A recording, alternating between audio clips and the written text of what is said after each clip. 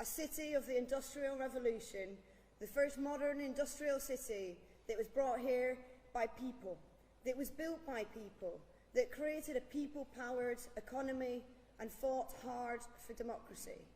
From the trade union movement, from Peterloo, through to the suffragettes and even the modern computer, Greater Manchester's always had a story to tell about the difference that we made to the world. But you think about our city region in the 80s and the 90s, and you think about a place that struggled in post-industrial decline, that saw what happened when you strip away power, opportunity and control from our places. And you look now as to what we see. We see one of the fastest growing city regions in Europe. But we see something different. We see the creation of a place that's chosen to do things differently, that hasn't just accepted that what the market does is enough, but has thought about how we lean on our history and building a people-powered economy. So when we boast about creating the fastest growing city region, we're also boasting about the young people that we're getting into jobs and opportunities. We're boasting about our schools. We're boasting about the opportunities that we've taken to change people later on in life and help them grasp the creation of a new economy. And there's been one person that's been integral in what we've been trying to achieve over the last decades. And he's chosen a different path. The captain of a football team, surrounded by people that are committed to this place. And what we've been able to create in Greater Manchester has caught the attention, not just in the UK, but when we go abroad, because we're telling ourselves a different story about what the future could be. A place that puts place before politics, that focuses on people and focuses on community and focuses on opportunity. And look, those of you that know me know that I don't give compliments lightly. I'm not someone that easily fawns on the people around me. So take this with the honesty and the integrity with which I mean it. I've seen Andy up close. And don't get me wrong, at first, when he wasn't on time to everything, I find that really stressful. But what I realised in doing that is that I was working with a man who would give the same amount of respect and attention to a global CEO that we were negotiating a multi-million-pound deal for our city region as he would give the woman on the streets that stops him to talk and ask questions on the way. And that in an era when we don't see many people with trust in politics, when people feel that the country isn't working for them, when they don't see people in leadership that hears them, is something quite special. And what Andy's been able to do, working with myself and the other leaders across Greater Manchester, is think about how we restore hope back into our communities, offering people a different path. And it's not easy to let someone go when they're moving on to other things, and across Greater Manchester, people are willing him on. But they're willing him on because they see someone who doesn't just listen, but somebody who gets it. Somebody who wants to restore trust in politics.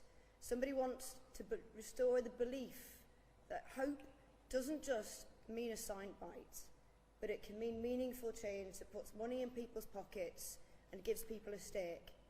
And so look, I'll just say this.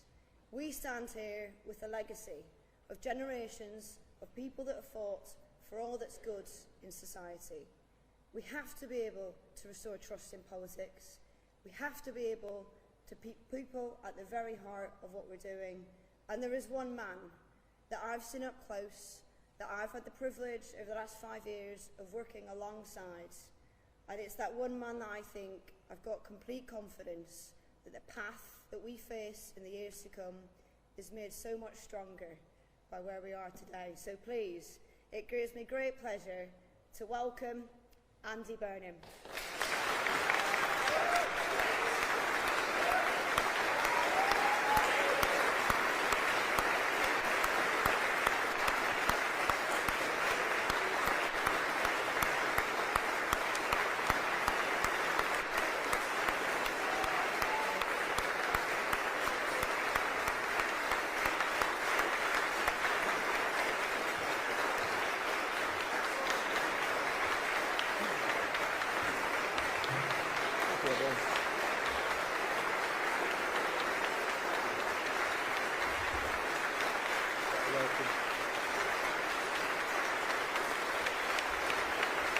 so much, everybody.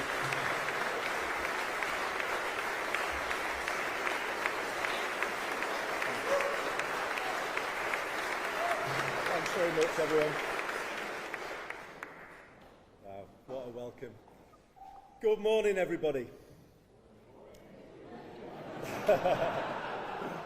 Are you ready for this?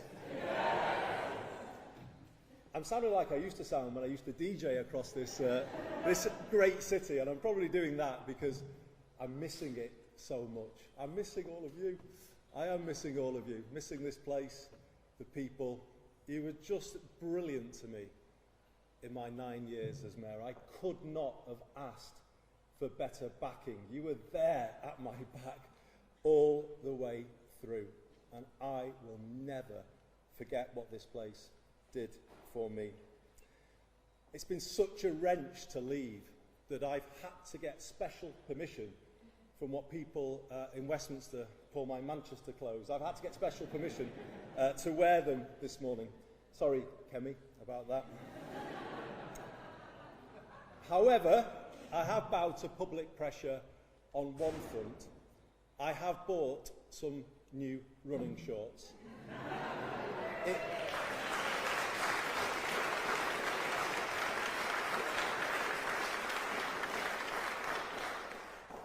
It was either do that or change the decency laws, and I opted for the former. But I can't tell you how glad it makes me that we meet at this big moment in one of my favourite places on earth, the People's History Museum. It holds real significance for me, and it's not just because one of my old coats is in a glass case upstairs.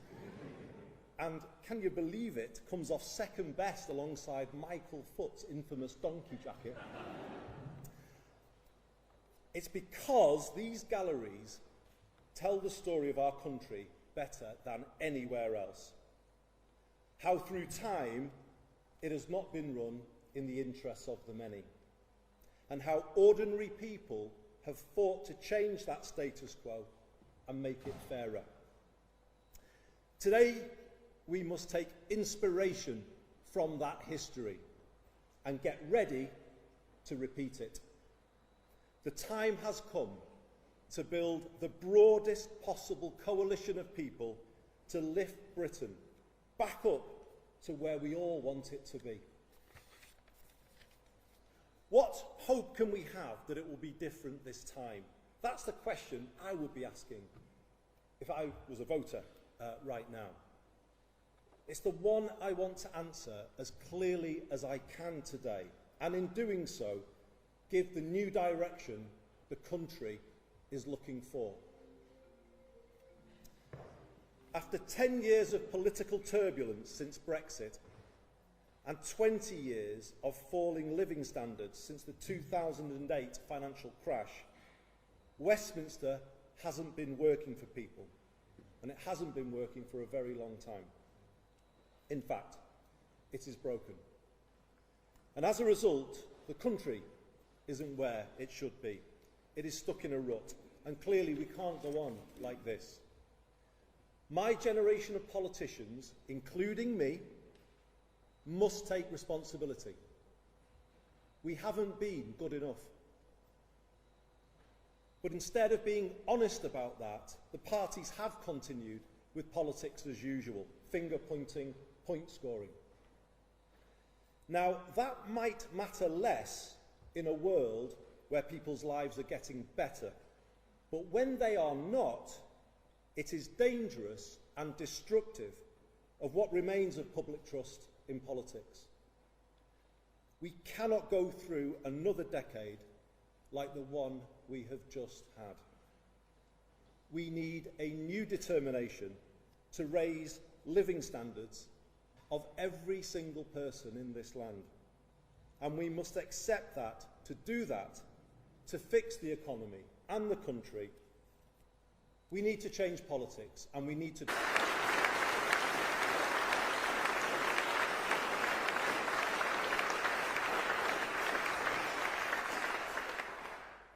So let me state my clear intention as I put myself forward. True to the motto of this city, I am going to do things differently. I am going to break with the more of the same approach that has got us here. I am going to give Britain the circuit breaker it needs. By building a more collaborative politics in Westminster, by taking power out of the centre and putting it in the hands of the people and places who can use it best. And in so doing, creating a new sense of agency, possibility and hope flowing around the country.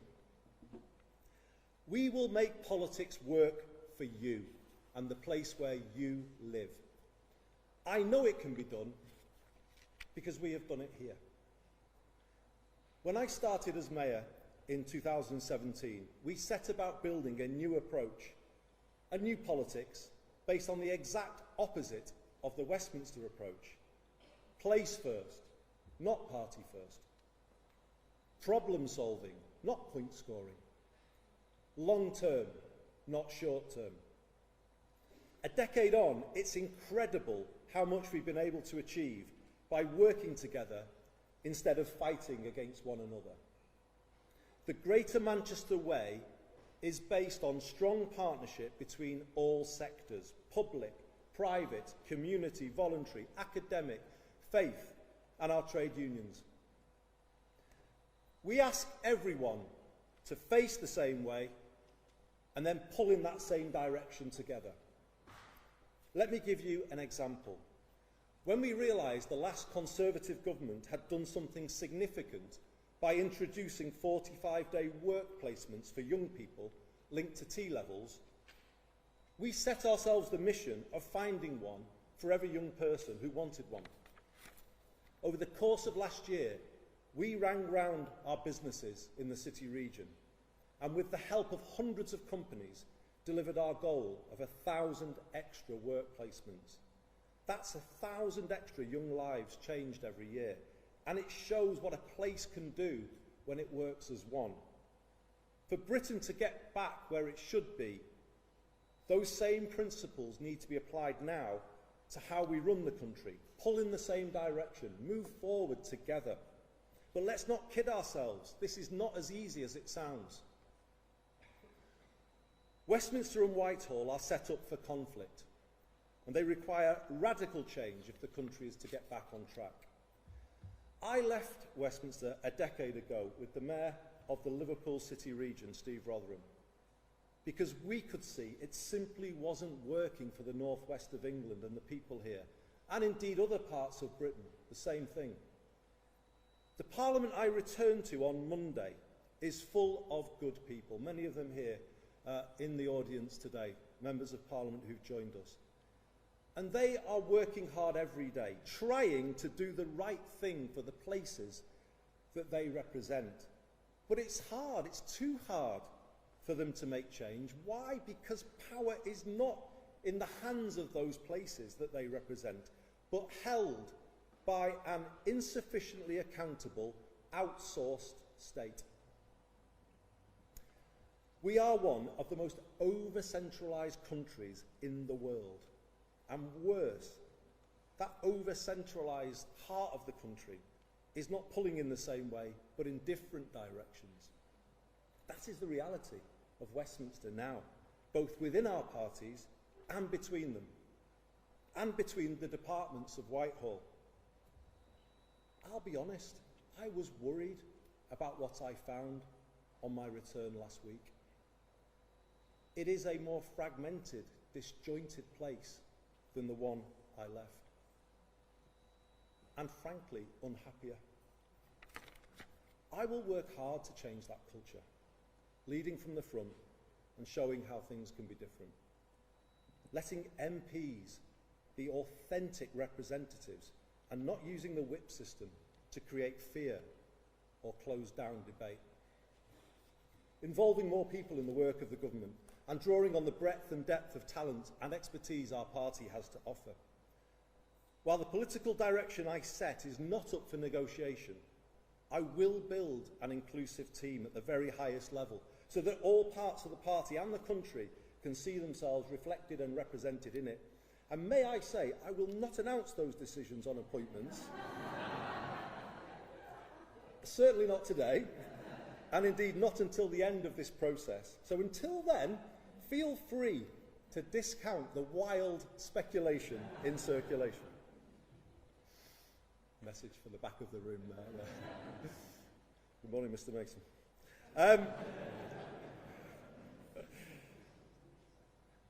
I will reach out to other political parties to find as much common ground as we can and build that more collaborative approach I spoke about.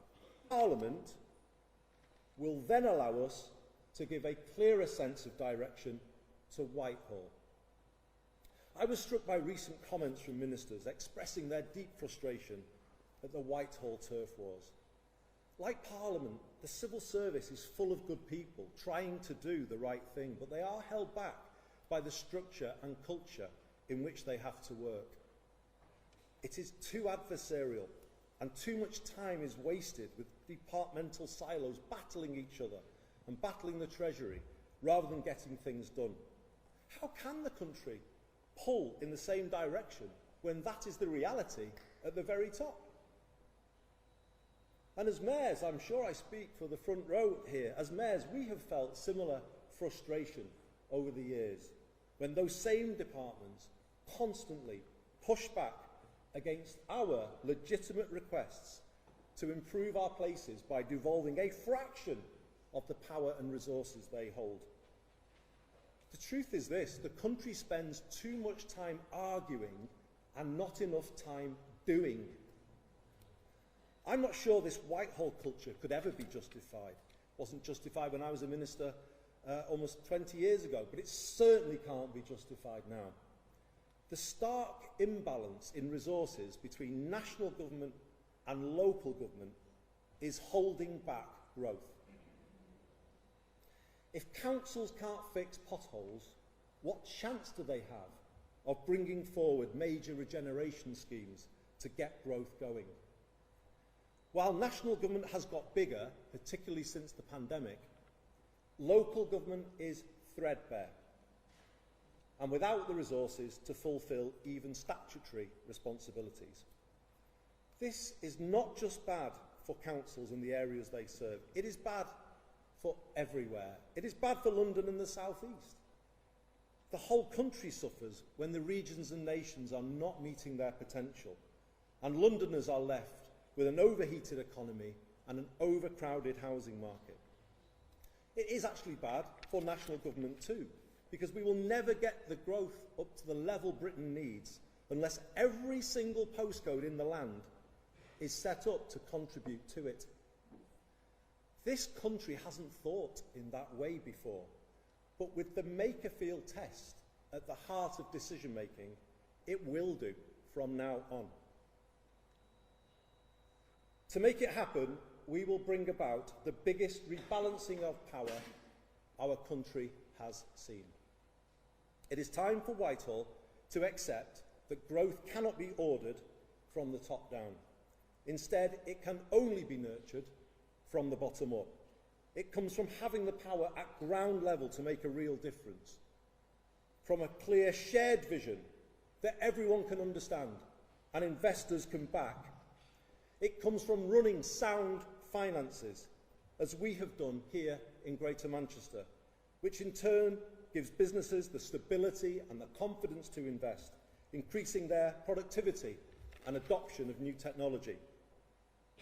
It comes from placing our universities at the heart of local economies, as all the mayors do, and bringing the innovation-led approach through start-ups and scale-ups. It comes from committing to decent infrastructure in all parts of the UK and getting national investors to back the aspirations set by regions.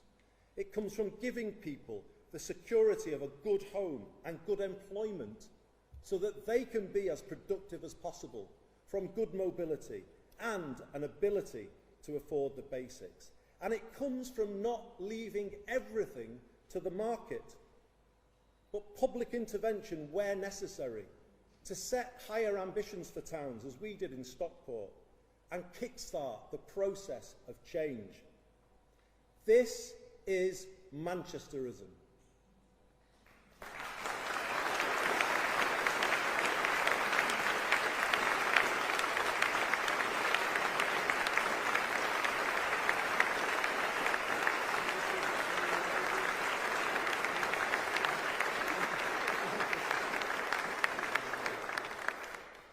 I think I even saw the Mayor of Liverpool clapping at that. It is a vision for good growth and a rejection of the old trickle-down model.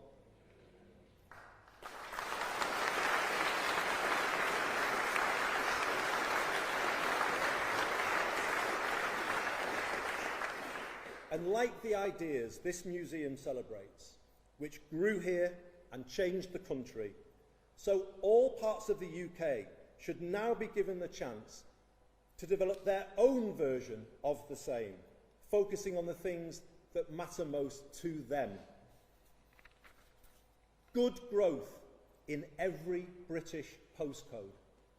What a sea change that would be in the way UK government thinks about our own country. Places no longer forgotten or written off, as they have been in the past, but supported to make the best of their assets, seeing the positives in all places. And there are positives in all places, in all postcodes across this United Kingdom. Let's always remember that.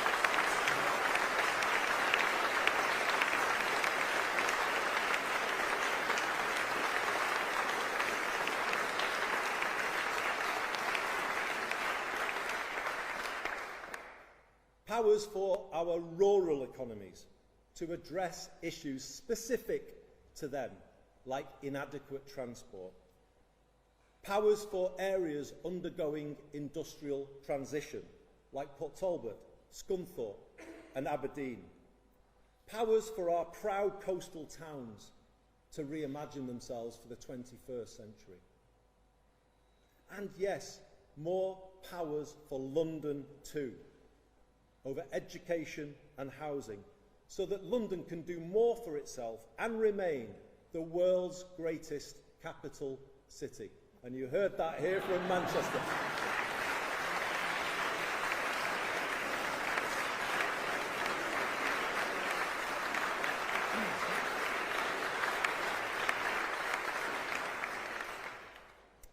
All of it backed by the stability that comes from sound public finances, as I said before, and the discipline of our current fiscal rules. I hope people can begin to feel, hopefully you can, some of the excitement that comes with the change that I'm setting out today. It promises a new era of possibility for Britain, possibility in places that haven't felt it for a very long time. And I know, because I heard that from people on doorsteps in the by-election. But let's give them that feeling, that ability to hope, to aspire to better. The change will be the biggest change in our lifetimes to the way the country is run, and it is consistent with the 2024 manifesto. We will create a more streamlined state with a clearer purpose, to power up all parts of the country and put a laser-like focus on growth and regeneration, good growth.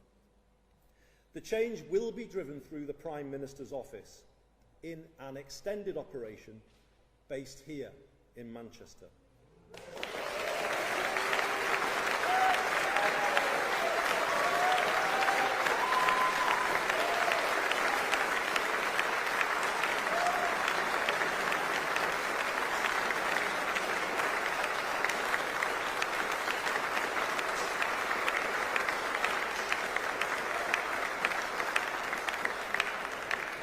But here's the important thing.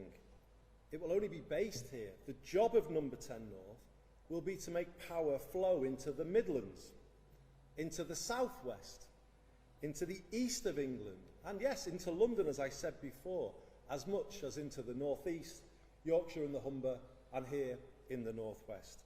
It will be about offering new opportunities to extend devolution in Scotland, Wales and Northern Ireland by taking power deeper down. The people of Dundee and Bangor feel just as distant from Holyrood and the Senedd as they do from Westminster. Now get this, number 10 North will be the nerve centre of a rewired Britain.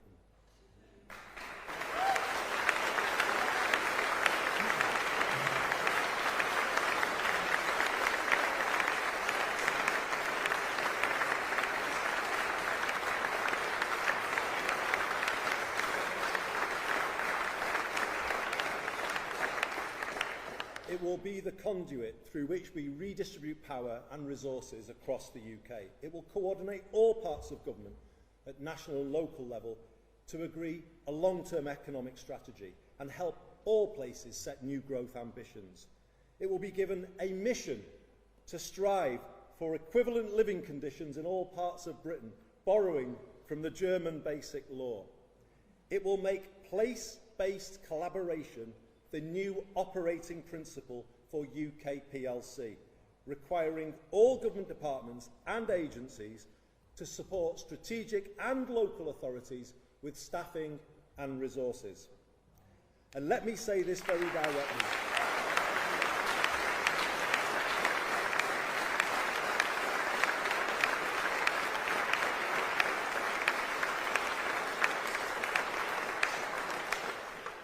And let me say this very directly. The days of Whitehall fighting the devolution power into the regions and nations are over, for good.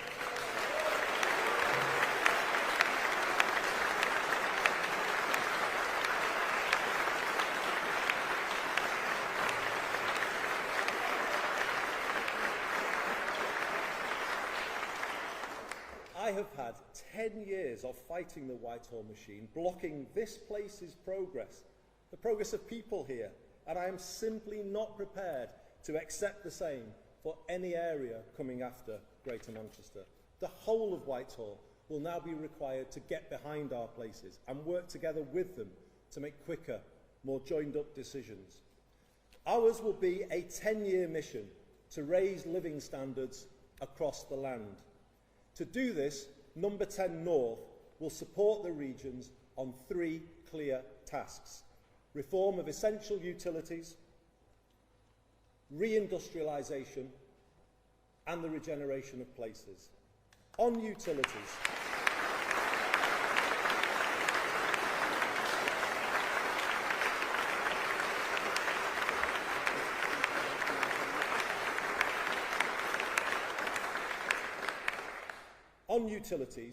we will ensure all parts of the UK are able to take greater public control of essential services like water, housing, energy and transport, learning from the model that has transformed our bus networks here in Greater Manchester. We will set out 10-year plans to bring down the cost of these essentials to individuals, families and businesses. On reindustrialisation, we will support every region to set clear and credible industrial ambitions and provide the support to achieve them, encouraging more cross-UK partnership between places with complementary industrial clusters, as Cambridge and Manchester have done on life sciences. We will consolidate public and private investment at a place-based level and help all areas establish good growth funds, as we have done here in Greater Manchester. We are such an inventive country, and going forward we can be the world's leading innovation nation. This is the key to higher growth, and I want more world-beating British manufacturers and service providers at the frontier of new technology and exporting to the world. I will back our scientists, technologists, entrepreneurs and creatives, as I have done here, and show how Britain will be the innovation nation of the next decade. We will get better at capturing full value from their ideas for UK PLC by changing the culture in Whitehall when it comes to backing British industry.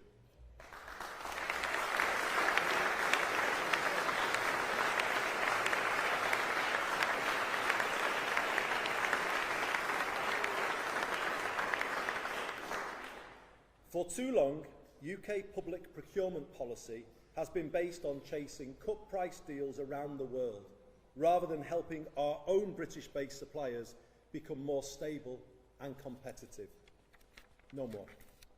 From here on, every pound raised from taxpayers will work harder for them, and that approach will apply fully to the Defence Investment Plan. We will make sure that all eligible public contracts are subject to proper social value weighting.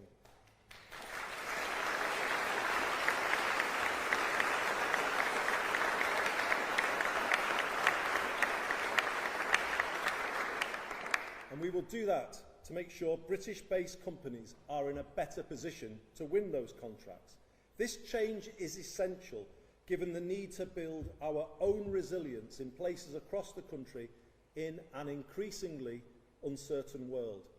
We need to safeguard sovereign manufacturing and production capability across the country in critical sectors like steel, defence, energy, food and farming, rather than just being prepared to let it go, as we have sadly done in the past. In return,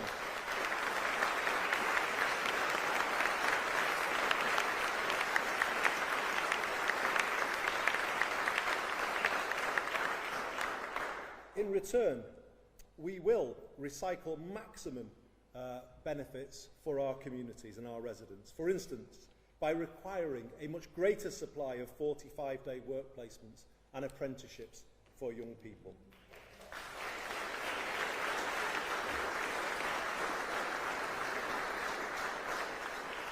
I take very seriously the findings of the recent report by Alan Milburn. We need a complete rethink of how we support the next generation to succeed. And it has to start with the education system. The days of a school system configured entirely around the university route will be brought to an end. University is great for those who want it, but when are we going to focus on the life chances of those kids who want something different? When? The country hasn't done that for a long, long time.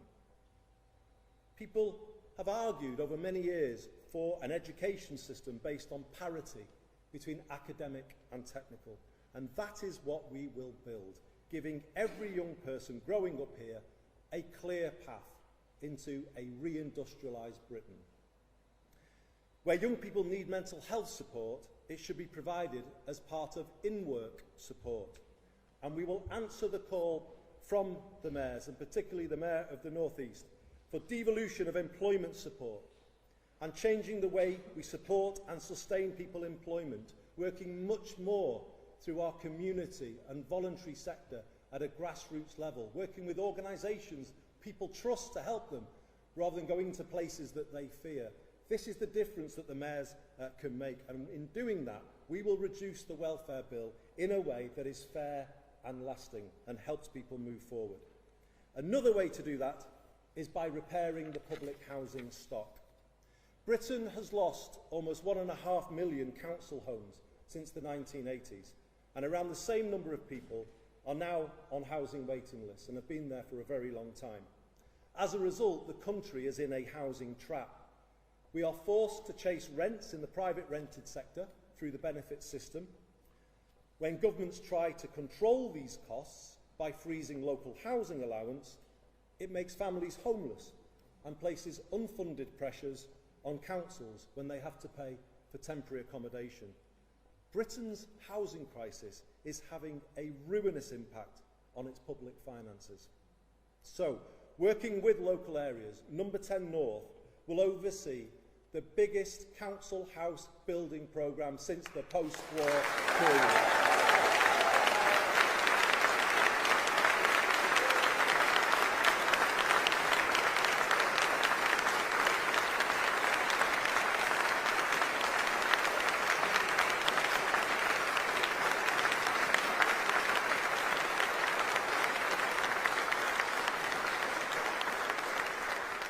We will use public land, vacant public land, to reduce costs. Let me just take you back to when I grew up here in the 1970s. And Steve Rotherham and I have written about this in a certain book, But when we were growing up here, amongst the friends we had at school, there were two things that were the foundations of working class aspiration.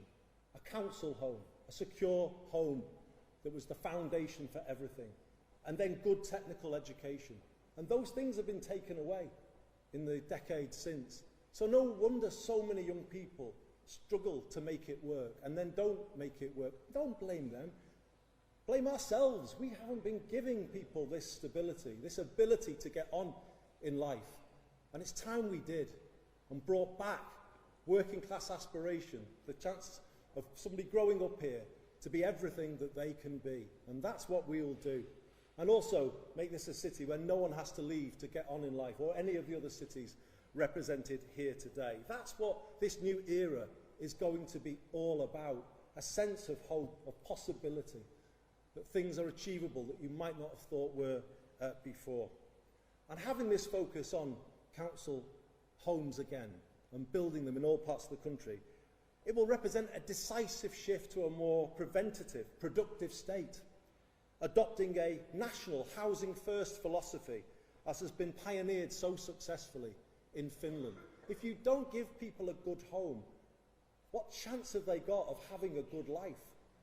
What chance of making the health service sustainable if people are not living in good accommodation or getting a good education for kids? Everything starts with a good home, and this country finally has to put that at the top of its priority list.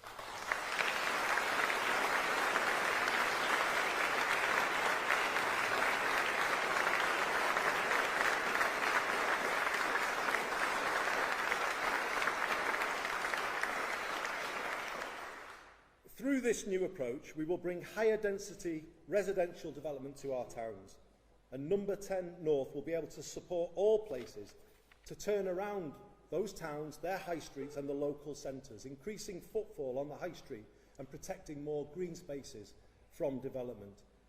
To reinforce that, we will reform business rates to support pubs and high street businesses, businesses that bring social benefits to communities. And let me finish by saying this. Rather than being a marker of decline, shouldn't we make our high streets the new symbol of Britain's renaissance?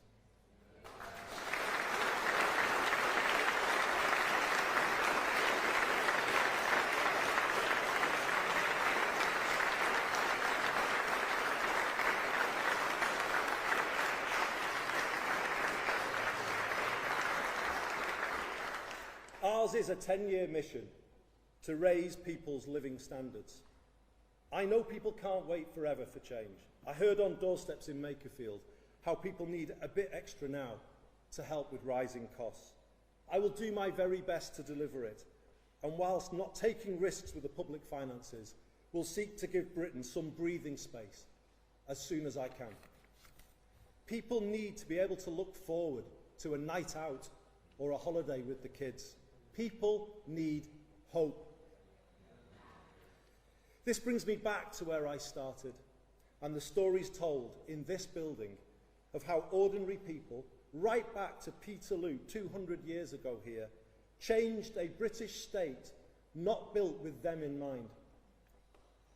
Our modern challenge is exactly the same.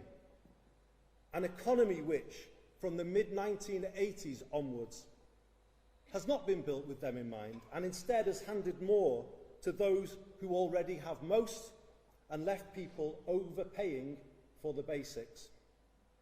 If people in 1844 could form the cooperative movement in Rochdale to lower the price of food, then why can't we act now with similar courage to make life better? Imagine what things could be like if we succeed. Imagine what it would feel like to live in a country wired to work for ordinary people rather than against them. Imagine if all local areas could build homes people can afford to the point where they could guarantee one for everyone. Imagine if we could bring down the cost of energy for people and businesses and the good things that would come from that. Imagine good growth in every postcode and hope in every heart.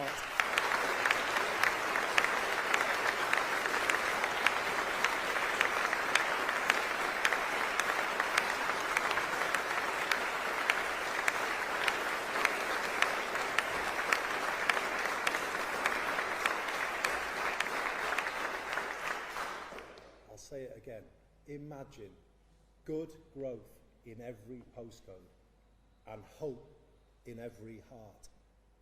Well, imagine no more. Let's make it happen.